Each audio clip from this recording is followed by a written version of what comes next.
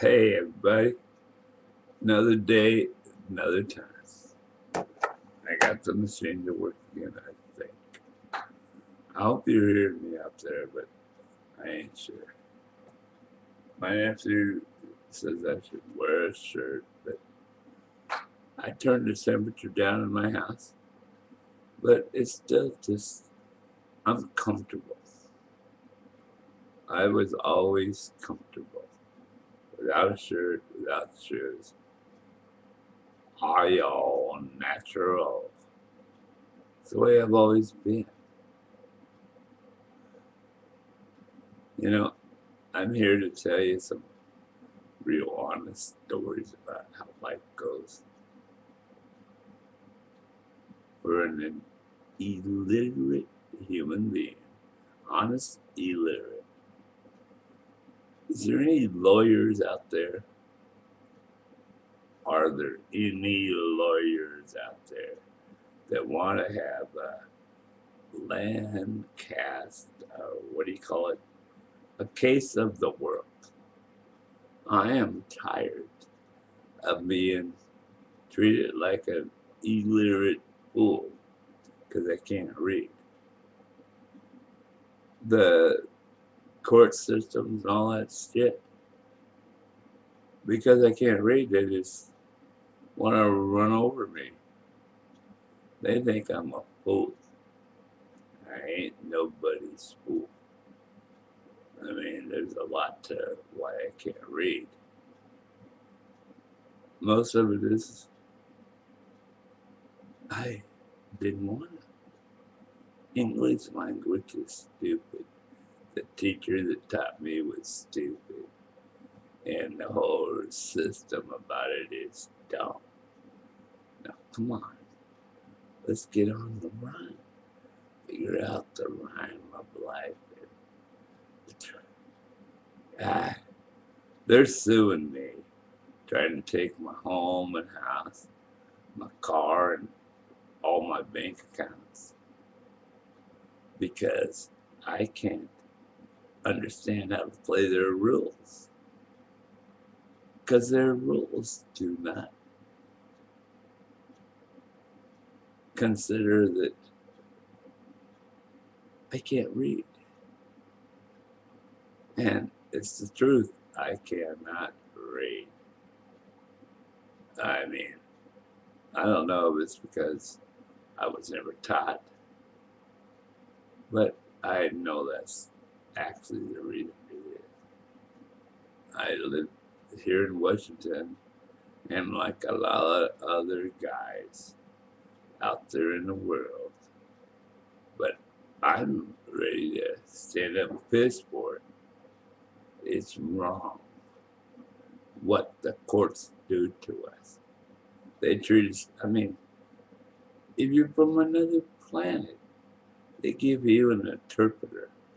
But if you're from home, you don't even get a guy to talk for you or write for you. I don't need nobody to talk for me. I need somebody to write for me to make it all legal. The legal system is all screwed up for us guys that can't read and write and understand wording and how A, B, C, and D go together to make fuck me. Well, the courts think it's pretty cool to just fuck me. And I have no excuse for it, except the abuse for it. The abuse is wrong. I mean, all they do is talk to me. I'm one of those human beings that's just human, you know? I don't want to rip off everybody. I don't want anything from anybody. I can get it all on my own. Now there's another song. I am just a guy trying to get by, trying to get a home, trying to be in love, you know?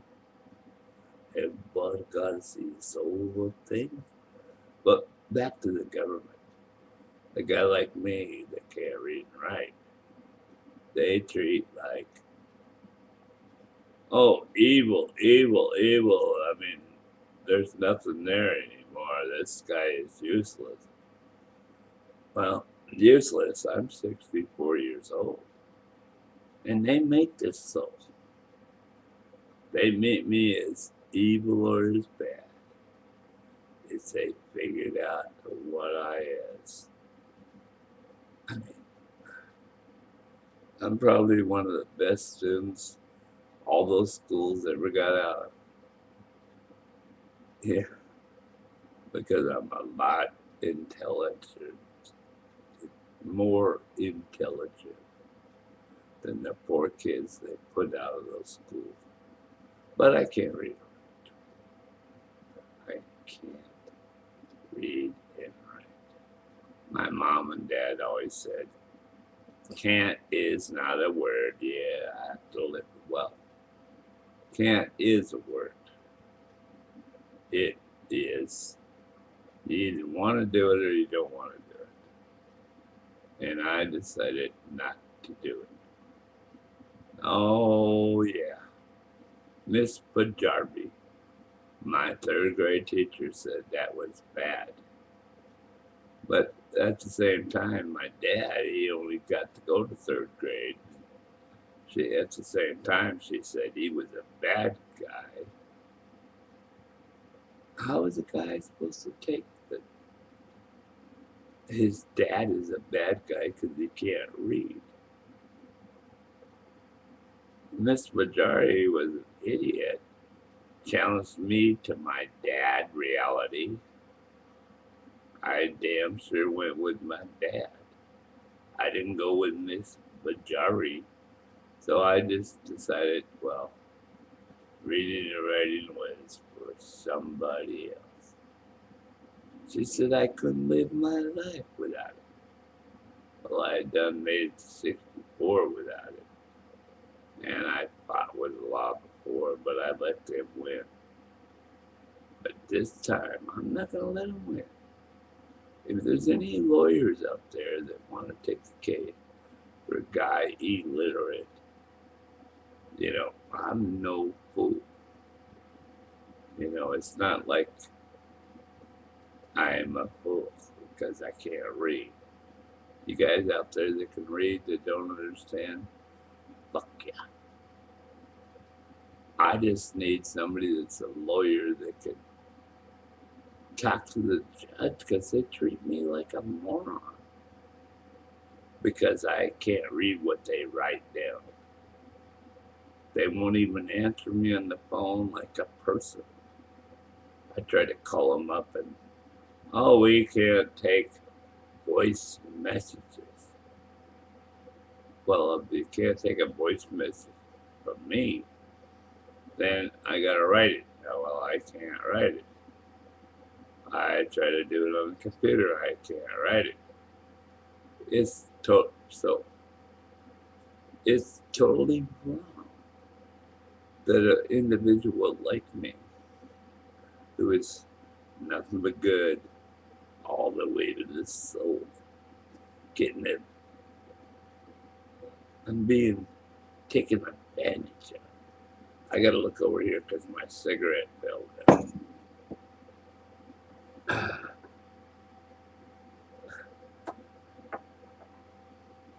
You know, it's hard to move the muscles in my body. I'm old and I'm hurt and I ain't satisfied. It kind of brings out the special part of the soul.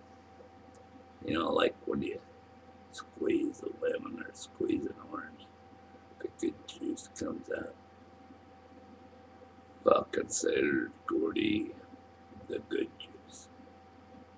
I hope that's a good, how do you call it, relation, connection, or whatever.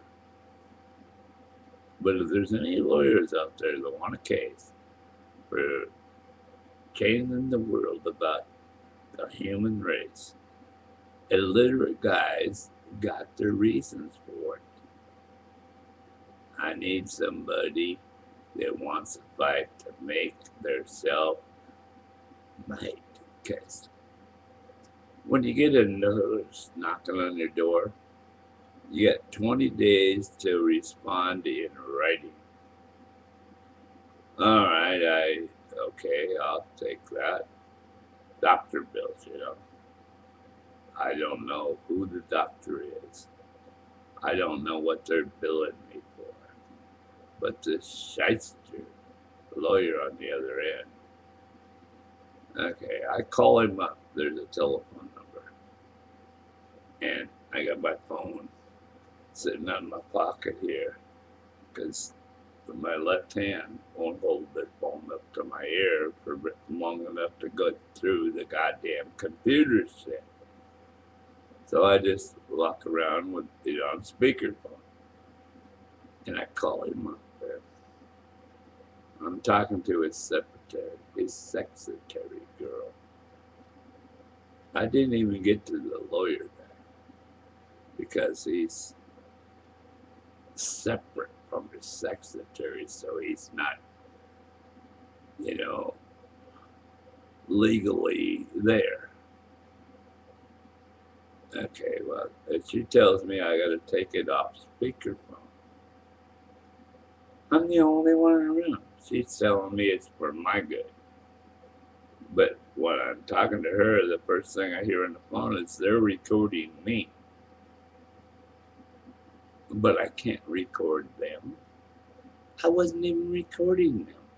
I was just driving around in my chair. I was driving around my chair with the phone in my pocket on, and boy, we had a fight over that. They didn't want to be heard. I mean, this lawyer didn't want to be heard in person being a prick. I mean, that's the only thing he could have been hiding from, being a prick. And he didn't want it on tape, being a prick. I wasn't even taping it the first day.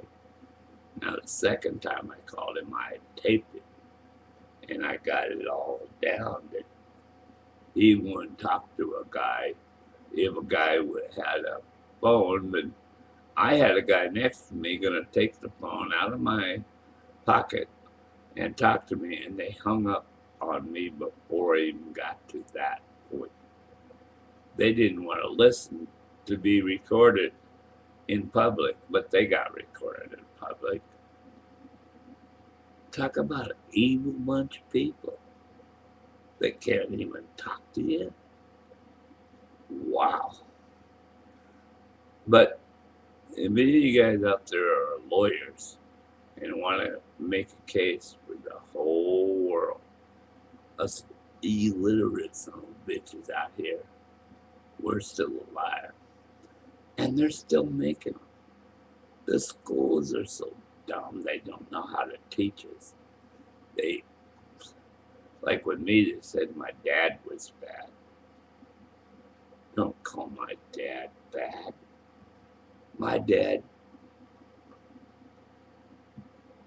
born during the Depression, had to fucking ski to school. The military loved him, took him to Alaska to teach other troops, made him a sergeant right away. And they sent him home with, they called it, what do you call it? Shell shock. It wasn't shell shock. It was goddamn being too cold all the time. He was frostbite all over his body. And they didn't want to say it was frostbite because they'd have to pay him. So he shook. But I watched him sharpen every one of his saws every night in the garage to go out on a job. He used to hate it when I stole his saws to cut a board in or said something that I didn't understand because he's sharpening them every night like a sawman. I mean, he come home from work and he spent 3 hours in the garage sharpening his tools to go back to work the next day. And everybody out there thought he was just a drunk.